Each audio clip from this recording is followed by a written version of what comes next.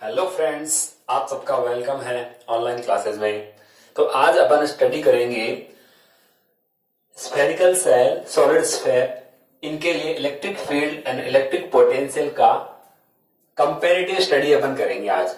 तो ये एग्जाम के पॉइंट ऑफ व्यू से काफी इंपॉर्टेंट है, क्योंकि एग्जाम में ये डेरिवेशन जो पूछा जाता है वो 4 मार्क्स के लिए आता है और अपन को पता नहीं लगता कि कौन सा पूछा गया, क्योंकि चारों एक जैसे लिखते हैं। तो अगर आप इनको कंपैरेटिवली स्टडी करोगे तो आसानी से आप इनमें डिफरेंट कर पाओगे कि कौन सा क्वेश्चन पूछा गया है और अपन कौन से का आंसर कर रहे हैं। तो अपन सबसे पहले सॉलिड स्फेयर और स्फेरिकल कंडक्टर के लिए इलेक्ट्रिक फील्ड की बात करते हैं। तो ये जो लेफ्ट में आप देख रहे हो, यहाँ पे मैंने इलेक्ट्रिक फील्ड के लिए बात की है और राइट साइड में जो 2 कॉलम है इसमें अपन इलेक्ट्रिक पोटेंशियल की बात करेंगे। ठीक है, तो हमारे पास 2 बातें हैं। फर्स्ट अपन लेते हैं स्फेरिकल सेल। स्फेरिकल सेल का एग्जांपल अपन मान सकते हैं फुटबॉल है जो अंदर से बिल्कुल होलो है, या फिर स्फेरिकल कंडक्टर, वो होलो भी हो सकता है, वो सॉलिड भी हो सकता है।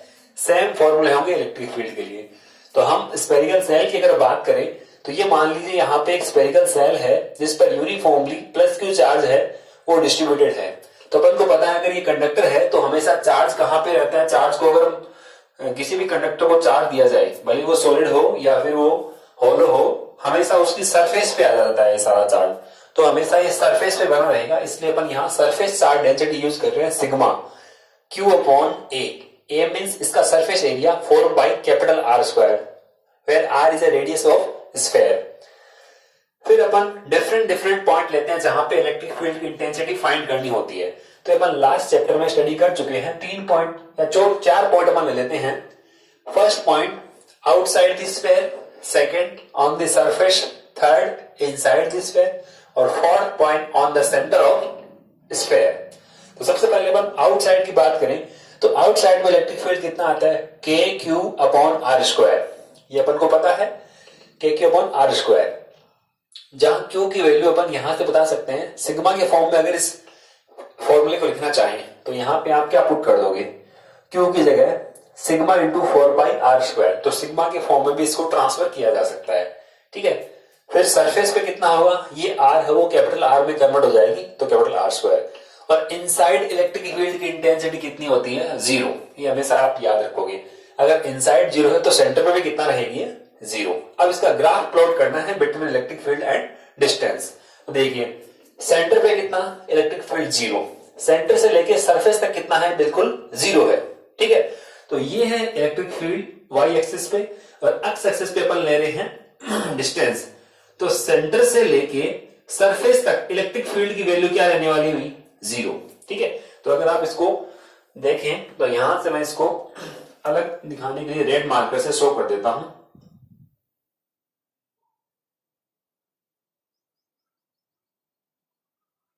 ये देख सकते हो आप, सेंटर से लेके सरफेस तक इलेक्ट्रिक फील्ड की वैल्यू कितनी है, 0। तो यहां तक तो 0 हो गया। सरफेस पे आते ही क्या हो जाएगी, मैक्सिमम। ठीक है, तो यहां पे अपन इसको डैश डैश से लिखेंगे। ये सरफेस पे इलेक्ट्रिक फील्ड क्या होता है, मैक्सिमम होता है। ठीक है, तो सरफेस पे आते ही ये मैक्सिमम हुआ और फिर इसके बाद में जैसे ही आप बाहर निकलोगे स्फीयर से, ये आर स्क्वायर के इनवर्सली प्रोपोर्शनल हो जाता है। तो यहां पे ये कर्व कुछ ऐसा बनेगा और इसको आप इन्फिनिटी पे जाके टच करोगे तो यहां टच नहीं करना है। ये है ई आउट और यहां है ई सरफेस और यहां है ई इनसाइड। तो ई इनसाइड देख सकते हो आप कितना है, 0। तो ये कर्व भी 1 मार्क्स का क्वेश्चन पूछा जा सकता है एग्जाम में। तो इसको आप ध्यान में रखोगे कर्व कैसे प्लॉट किया जाता है। ठीक है, ओके, नेक्स्ट अपन आगे मूव करते हैं। अगर नॉन कंडक्टिंग सॉलिड स्फीयर है उसके लिए इलेक्ट्रिक फील्ड कितना आएगा। तो नॉन कंडक्टिंग सॉलिड स्फीयर का एग्जांपल हो सकता है रबर वाली बॉल जो अंदर से बिल्कुल सॉलिड है और नॉन कंडक्टिंग है।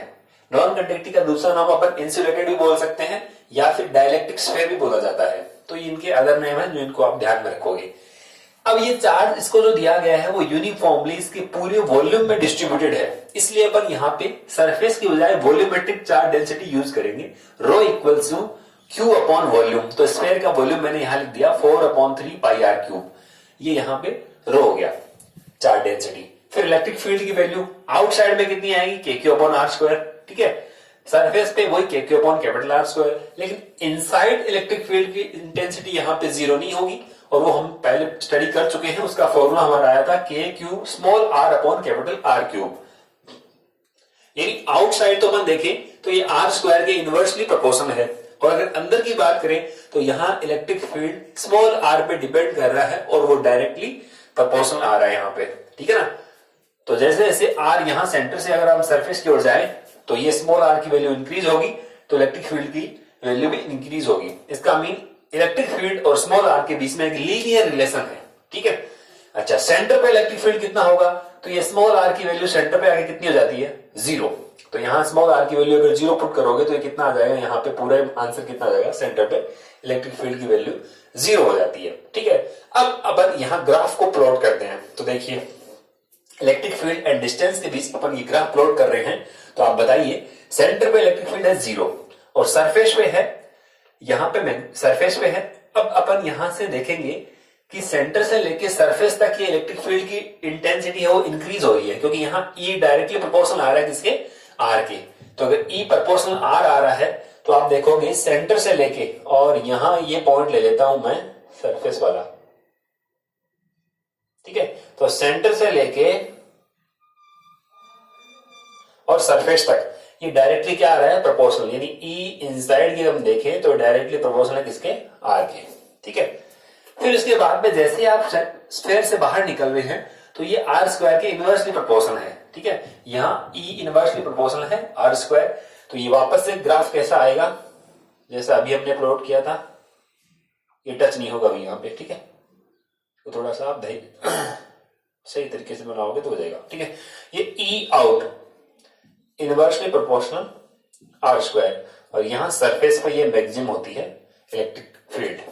तो ये ग्राफ प्लॉट किया हमने for non conducting solid sphere के लिए। नेक्स्ट अब अपन आगे मूव करते हैं स्फेरिकल सेल, और या फिर स्फेरिकल कंडक्टर भी बोल सकते हैं अपन। इस बार अपन देख रहे हैं क्या स्फेरिकल सेल या स्फेरिकल कंडक्टर के लिए पोटेंशियल। यहां तो हमने इलेक्ट्रिक फील्ड देखा था, यहां अपन देख रहे हैं पोटेंशियल। तो ये अपन जो दोनों टॉपिक स्टडी कर रहे हैं, electric potential for spherical conductor and non conducting sphere, ये दोनों के दोनों टॉपिक जो है सीबीएसई के सिलेबस में नहीं है, ये ओनली आरबीसी के सिलेबस में है। तो सीबीएसई के स्टूडेंट्स ओनली इसको पूरे को नोट कर सकते हैं, इस पूरे को, ठीक है। वैसे दोनों के दोनों मीडियम के स्टूडेंट है उसको नोट कर सकते हैं, क्योंकि ये कंपटीशन में भी क्वेश्चन पूछे जाते हैं। तो ओनली फॉर्मूले आप नोट कर सकते हो। सीबीएसई में ये जरूर है, इसको भी पूछा जा सकता है, ठीक है। इनके डेरिवेशन जरूर हैं, बाकी इनके डेरिवेशन सीबीएसई में नहीं है पोटेंशियल के, तो इसलिए इनके आप सीधे डायरेक्ट फॉर्मूले और कर्व बना लीजिए। ओके, तो अपन पहले देखते हैं, यहाँ पे सरफेस पे चार्ज यूनिफॉर्मली डिस्ट्रीब्यूटेड है, एग्जांपल हो गया एक फुटबॉल। फिर अपन देखें तो ये sigma Q upon 4 pi R square जो पहले देखा था वैसा ही है। आउटसाइड ऑफ पोटेंशियल के Q upon small R, surface पे के क्यू अपॉन कैपिटल आर, और इनसाइड में भी कितना रहेगा, के क्यू अपॉन आर ही रहता है। ये थोड़ा सा ध्यान रखने वाली बात है, यहाँ पे इनसाइड में इलेक्ट्रिक फील्ड जीरो था, लेकिन यहाँ इनसाइड में पोटेंशियल जीरो नहीं होगा, जो सरफेस पे वही रहेगा, और सेंटर पे भी वही रहेगा। तो ये ध्यान रखना, स्फेरिकल कंडक्टर के लिए ये तीनों की तीनों जो वैल्यू बिल्कुल सेम है। अगर आपसे क्वेश्चन में बोले एक स्फेरिकल कंडक्टर है, उसके सरफेस पे पोटेंशियल 10 वोल्ट है, तो बताइए सेंटर पे कितना आ गया, आंसर है 10 वोल्ट। सेंटर से 3 सेंटीमीटर की डिस्टेंस पे, तो वो भी अपन बोल, जैसे मान लो उसकी रेडियस गिवन है 5 सेंटीमीटर और सेंटर से 3 सेंटीमीटर पूछ लिया, तो वो भी कितना रहेगा, 10 ही रहेगा। तो अपन यहां से ध्यान रखेंगे इस बात को, ये इंपॉर्टेंट है, क्योंकि इससे 1 मार्क का क्वेश्चन पक्का एग्जाम में बनता ही है। ओके, और अपन इसका ग्राफ प्लॉट करेंगे, ठीक है। तो आप देखिए सेंटर पे इलेक्ट्रिक फील्ड क्या है, के क्यू अपॉन आर, बीच में कहीं देखें तो के क्यू अपॉन आर, सरफेस में देखें के क्यू अपॉन आर। इसका मतलब ये तो कांस्टेंट है, सेंटर से लेके सरफेस तक इलेक्ट्रिक पोटेंशियल क्या है, कांस्टेंट। तो यहां से देखिए ये सेंटर है और ये है हमारा क्या, जहां अपन सरफेस तक पहुंच जाते हैं। तो इसको मैं डॉटेड लाइन से शो करूंगा, क्योंकि हमने अभी तक डॉटेड लाइन से शो किया इसको। तो सेंटर से लेके कहां तक, सरफेस तक। तो सेंटर से लेके सरफेस तक आप देखोगे ये इलेक्ट्रिक पोटेंशियल क्या है, अभी कांस्टेंट है, ठीक है। अब वो कांस्टेंट कितना है, वो कितना भी हो सकता है जितना हो, के क्यू अपॉन आर, ठीक है। तो ये अपन बोल देंगे यहां V सरफेस, ठीक है। अब इनसाइड भी इतना ही रहेगा, तो यहां V इनसाइड लिख सकते हैं अपन। अब अपन जैसे ही बाहर निकलते हैं स्फेयर के, तो ये स्मॉल आर के इनवर्सली प्रोपोर्शनल आता है, और इसका कर्व अपन देखते हैं हाइपरबोलिक कर्व बनेगा ही, और इसको भी आप टच नहीं करोगे क्योंकि इन्फिनिटी पर जाके टच होता है बस। ओके, तो यहां से आप बोल सकते हो V out inversely proportional 1/r। ठीक है, तो ये कर्व हो गया फॉर पोटेंशियल, इलेक्ट्रिक पोटेंशियल। किसके लिए? फॉर स्फेरिकल कंडक्टर के लिए, भले वो सॉलिड हो, कंडक्टर अगर है भले वो सॉलिड हो भले वो होलो हो, यही फॉर्मूले रहेंगे। लेकिन अगर वो नॉन कंडक्टिंग स्फेयर है तो नॉन कंडक्टिंग सॉलिड स्फेयर के लिए फिर अपन दूसरे वाले फॉर्मूला यूज करते हैं। नॉन कंडक्टिंग सॉलिड स्फेयर का एग्जांपल बताया था आपको, रबर वाली बॉल। उसके लिए अपन देखें तो अंदर यूनिफॉर्मली चार्ज डिस्ट्रीब्यूटेड रहेगा, वही charge density Q equals to rho equals to Q upon 4/3 pi r cube, ये हमारी चार्ज डेंसिटी रहेगी जो अभी यहां पड़ी थी। ओके, इलेक्ट्रिक पोटेंशियल कितना आएगा? आउटसाइड में KQ upon small r, KQ upon capital R surface पे। इनसाइड के लिए फॉर्मूला थोड़ा सा डिफरेंट है, उसको आपको हमने लास्ट क्लास में इसको डिस्कस भी किया था। अगर आपको ये फॉर्मूला ध्यान में नहीं है तो आप उस वीडियो को जाके वापस से देख सकते हैं कि ये फॉर्मूला कैसे डिराइव किया गया था। तो इसके लिए आपको ये फॉर्मूला ध्यान में रखना है, KQ upon 2r 3 minus r square upon capital R square, ये इनसाइड में है। ठीक है, फिर अपन जैसे ही सेंटर पे पहुंचते हैं, सेंटर पे इलेक्ट्रिक पोटेंशियल कितना होगा? तो सेंटर पे स्मॉल r की वैल्यू 0 हो जाएगी, तो ये टर्म 0, तो 3/2 हो जाता है। ठीक है, यानी सरफेस का 1.5 टाइम्स ये इलेक्ट्रिक पोटेंशियल होता है। ओके, अब अपन कर्व ड्रॉ करते हैं V और R के बीच में, पोटेंशियल और डिस्टेंस के बीच में कर्व कैसे प्लॉट किया जाएगा? तो बोलो, सेंटर पे पोटेंशियल कितना है? 1.5 टाइम्स ऑफ सरफेस। ठीक है, यानी सरफेस का 1.5 टाइम्स, यानी सबसे ज्यादा जो पोटेंशियल होता है वो कहां होता है? यस, सेंटर पे ही होता है नॉन कंडक्टिंग स्फीयर के लिए। ठीक है, तो यहां पे अपन मान लेते हैं ये हमारा पॉइंट है जहां पे अपन बोल रहे हैं सेंटर है, तो सेंटर पे ये मैक्सिमम हो गया। सरफेस वाली कंडीशन के लिए मैं यहां ले लेता हूं, मान लो ये सरफेस है। ठीक है, ओके, अब आप यहां से जैसे ही मैं सेंटर से सरफेस की ओर इंक्रीज करता हूं तो स्मॉल r की वैल्यू इंक्रीज हो रही है। स्मॉल r इंक्रीज होगा तो ये टर्म्स यहां इसमें से कुछ माइनस होगी, तो v इनसाइड की वैल्यू क्या होगी? डिक्रीज होगी। तो सेंटर पर तो मैक्सिमम होता है ये पोटेंशियल, लेकिन जैसे ही सेंटर से सरफेस की ओर मूव करेंगे ये डिक्रीज होगा। ठीक है, तो ये ऐसे डिक्रीज हो रहा है, और जैसे ही आप सरफेस से बाहर निकल आए फिर ये स्मॉल r की क्या होता है? Inversely proportional. तो इसका कर्व आप देखोगे कुछ ऐसा सा बन जाएगा। ठीक है, तो ये कर्व आप प्लॉट कर लोगे। ओके, ये V आउट है जो इनवर्सली प्रोपोर्शनल है R के, और यहां पे ये V सरफेस है जिसको अपन कहते हैं इस वाले फॉर्मूले के according, sorry KQ upon capital R के अकॉर्डिंग, तो ये सरफेस है। और यहां पे जो V होता है वो VC बोला जाता है, ये VC है। ठीक है, तो सबसे ज्यादा जो पोटेंशियल रहेगा वो सेंटर पे ही रहेगा। ठीक है, क्वेश्चन कैसे आते हैं? क्वेश्चन सिंपल ऐसे आएंगे कि एक कोई नॉन कंडक्टिंग सॉलिड स्फीयर है, उसकी सरफेस पे आपको इलेक्ट्रिक पोटेंशियल की वैल्यू दे रखी है कितनी? मान लो सरफेस पे आपको दे दिया 30 वोल्ट। ठीक है, और आपसे पूछ लिया बताइए सेंटर पे कितना आएगा। अगर सरफेस पे पता है तो सेंटर पे कितना आता है? 1.5 टाइम्स ऑफ सरफेस, तो इसका 1.5 टाइम्स कितना आ जाएगा? 45। तो 45 वोल्ट अपन बोल देंगे सेंटर पे। उल्टा भी पूछ सकते हैं आपसे कि मान लो यहां पे आपको दे दिया कि सेंटर पे आपको वैल्यू दे रखी है सपोज 10 वोल्ट, तो सरफेस पे कितनी आएगी? ठीक है, तो अपन यहां से बता सकते हैं सरफेस पे कितनी आएगी। ये अगर यहां 10 है तो 1.5 टाइम्स का क्या कर दोगे आप? कम कर दोगे, और वो वहां पे वैल्यू बता दी जाएगी। तो इस प्रकार से क्वेश्चन आते हैं जिनको आप सॉल्व कर सकते हो। ओके, तो अब आप इसको नोट कर सकते हो। शॉर्ट नोट के फॉर्म में ये बहुत इंपॉर्टेंट होते हैं एग्जाम के पॉइंट ऑफ व्यू से। ठीक है, तो ओके स्टूडेंट्स, अब आप इसको पूरी को नोट कर लो अपनी फेयर नोटबुक में। अब इसके ऊपर बेसिस कुछ क्वेश्चंस अपन लेंगे। ओके, यस, अब ये क्वेश्चन दे रखा हमें, if 64 small mercury balls of same type are charge to 10 volt each. 64 mercury की बॉल है। अब मर्करी अपन को पता है ये मेटल होता है, तो इसको चार्ज किया गया है, तो इसकी जितनी सारी बॉल है उन सब पे कितना कितना वोल्टेज है, 10 वोल्ट, यानी ईच बॉल पे 10 वोल्ट है वो पोटेंशियल है। If the college to form a single large ball then find its potential. ठीक है, तो कॉलेज का मीन हो गया इनको कंबाइन किया गया, इनको मिलाया गया है। ठीक है, तो मिलाने से एक बड़ी बॉल बन गई है। तो आप समझ सकते हो इस क्वेश्चन को ऐसे कि मान लीजिए कि छोटी छोटी छोटी छोटी छोटी छोटी कितनी बॉल है, 64 बॉल है, किसकी, मरकरी की। इनसे मिला के हमने एक बड़ी बॉल बना ली। ठीक है, अच्छा, स्मॉल बॉल की अपन रेडियस एज्यूम कर लेते हैं कितनी है, स्मॉल आर, और जो बड़ी बॉल हमने इनको बना के और बड़ी बनाया है उसकी रेडियस अपन मान लेते हैं कैपिटल आर। जैसे बचपन में अपन छोटे छोटे मिट्टी के गेंद बनाते थे।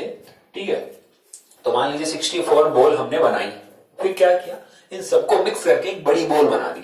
ठीक है, तो छोटी बॉल कितनी थी, 64, जितने सारी बॉल थी छोटी छोटी उनमें प्रत्येक की रेडियस कितनी है, स्मॉल आर। बड़ी बॉल बना दी, उसकी रेडियस कितनी मानी हमने, कैपिटल आर। ठीक है, तो क्या मैं ये कह सकता हूं कि volume of 64 ball is equals to volume of one big ball. Yes, तो आप यहां से बोल सकते हो कि volume of 64 small ball equals to volume of a big ball. बोलिए, 64 टाइम्स एक छोटी स्मॉल बॉल का वॉल्यूम कितना होगा, 4, यानी ये स्फेरिकल है तो 4/3 पाई आर, कौन सा R, small R cube, equals to बड़ी बॉल उसका कितना आएगा, 4/3 पाई कैपिटल आर क्यूब। यहां से 4/3 पाई से 4/3 पाई कैंसिल हो गया। यहां 64 को क्या मैं ऐसा लिख सकता हूं, 4r होल पावर यहां 3 और यहां पे कैपिटल आर 3। ठीक है, तो यहां से आप बता सकते हो कि कैपिटल आर की जो वैल्यू आएगी वो किसके इक्वल आएगी, 4r के। ठीक है, यानी कैपिटल आर, बड़ी बॉल की जो रेडियस है वो छोटी बॉल के कंपेयर में कितना टाइम्स है, 4 टाइम्स है। अब क्वेश्चन पे आते हैं, इनको मिला के अगर हमने एक बड़ी बॉल बनाई है तो उस बड़ी बॉल का पोटेंशियल कितना है। अगर छोटी बॉल का पोटेंशियल 10 वोल्ट है तो बड़ी बॉल का कितना होगा। ठीक है, अब वो मेटेलिक बॉल हमने बनाई है तो अपन को पता है मेटल की सरफेस से पोटेंशियल कितना होता है, फॉर्मूला मेटल की सरफेस के लिए yes KQ upon capital are. ठीक है, तो यहां अपन बता देंगे। अच्छा, पहले स्मॉल बॉल का पोटेंशियल बता सकते हो, ये गिवन है आपको, क्या गिवन है, पोटेंशियल ऑन स्मॉल बॉल, और वो कितना गिवन है, Vs इक्वल्स टू K।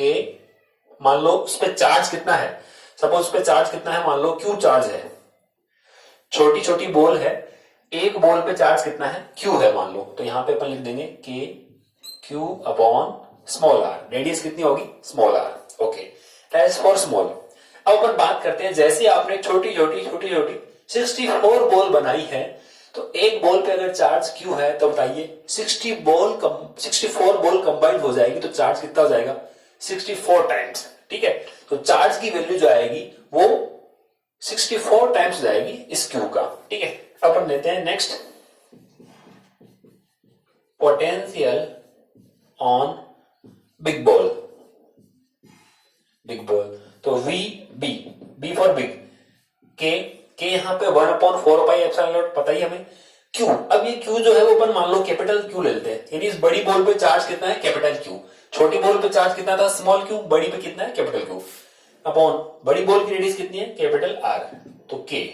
अब Q क्या है, बड़ी बॉल पर चार्ज, तो कितना टाइम्स जाएगा, 64 टाइम्स, तो यहां पे आप लिखोगे 64 टाइम्स Q अपॉन, यानी इसका कितना टाइम, 64 टाइम्स। रेडियस हमने पहले से निकाल रखी है, छोटी का कितना टाइम्स, 4r टाइम्स, तो यहां पे आप 4r लिख दोगे। ठीक है, ये कैंसिल होगा यहां से, तो ये कितना आ जाएगा यहां से 64 टाइम्स ये कैंसिल हो जाएगा। KQ अपॉन R, क्या इसको Vs अपन लिख सकते हैं, यस। तो आप यहां से V बिग इक्वल्स टू क्या बोलोगे, KQ अपॉन R की जगह मैंने क्या लिख दिया, Vs, और यहां हमारा कितना है 16। इसका मतलब बड़ी बॉल का जो पोटेंशियल होगा वो छोटी बॉल के कंपेयर में कितना टाइम्स होगा, 16 टाइम्स, और छोटी बॉल का पोटेंशियल आपको गिवन है तो आप यहां से लिख सकते हो 16 इंटू कितना गिवन है 10 वोल्ट, तो आपका आंसर आ जाएगा 160 वोल्ट। ठीक है, तो ऐसे इन क्वेश्चन को आप सॉल्व करना। ओके, आगे की क्लास में अपन कई सारे और न्यूमेरिकल सोल्व करेंगे। तो ओके स्टूडेंट्स, थैंक यू। आप इसको पहले तो पूरे को नोट कर लेना, फिर इसके बाद में जो न्यूमेरिकल्स दिए जा रहे हैं उनको अपनी फेयर नोटबुक में नोट करते जाइए। Okay student, thank you.